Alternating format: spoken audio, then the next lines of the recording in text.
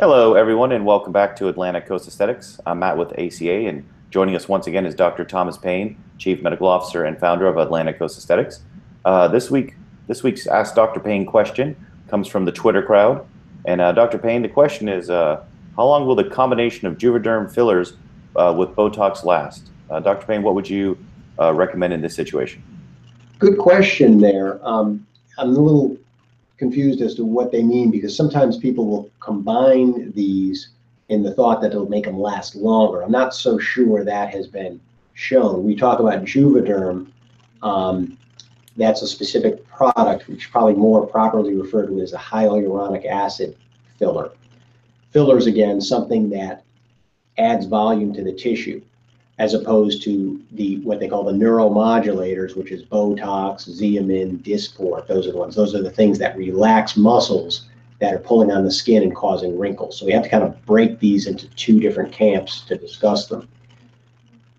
I tend to favor using these as adjuncts to what we do, depending on what the primary concern is.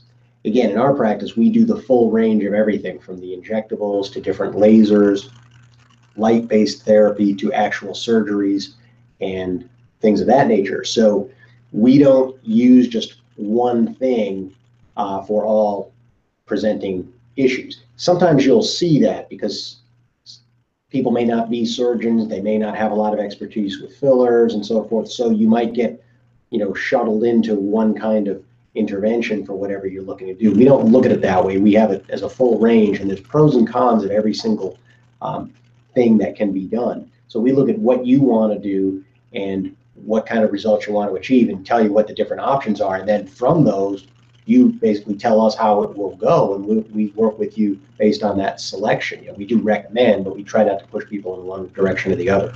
So when you talk about the fillers, you're usually talking about a wrinkle that needs to be addressed with volume.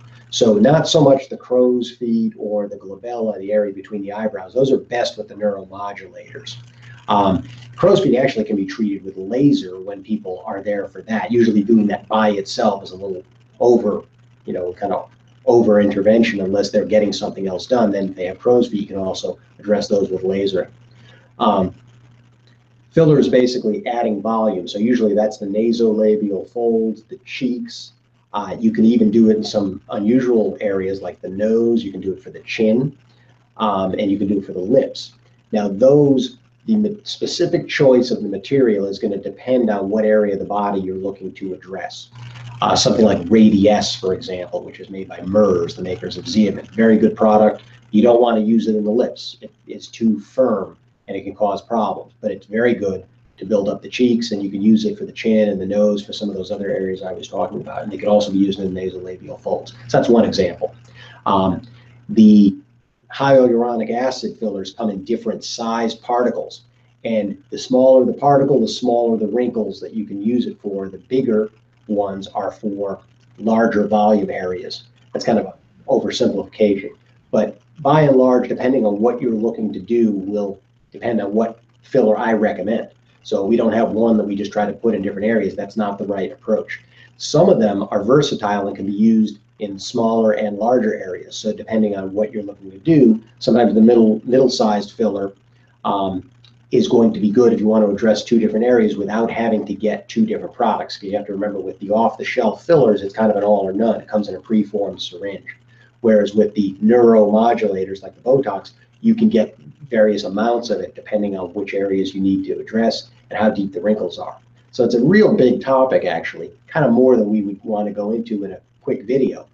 But that's the overview of it, is that you can think of these as almost like artist colors on a palette, and they're going to use different ones for the effect you're trying to achieve. But keep in mind that with a surgical practice like ours, we don't overuse these things. If someone comes in and they really need a lot of folds injected with Botox and things like that, they might be a better candidate for a surgical procedure, or they might be better off getting a fat grafting filler procedure, which can last longer. So it kind of depends on what they want to do, what they're starting with, what they've done before, and what the pros and cons are of each type of procedure before we come to a final, recommendation. That's the purpose of our in-person consultations. But this gives you a pretty good overview of our philosophy and what can be done with these products, whether you get them here or somewhere else, to keep in mind when you have a consultation, things to ask and things to think about. Well, thank you, Dr. Pane. And if you have a question for the doctor, please visit our website, Facebook page, LinkedIn, or Instagram account. And Dr. Pane, we appreciate your time, and we'll see you on the next one. Great.